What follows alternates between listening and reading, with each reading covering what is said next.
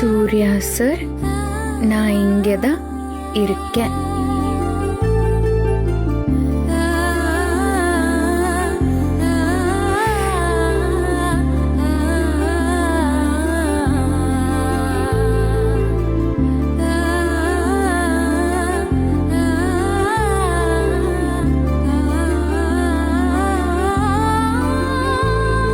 Surya sir, என்ன மன்னிச்சிருங்க sir. நான் இங்கதான் இருக்கேன். நீங்க கத்துறது எனக்கு நல்லா கேக்குது. ஆனா என்னால வந்து பார்க்க முடியல. பார்க்க கூடாதுன்னு தடுத்து வச்சிருக்காங்க.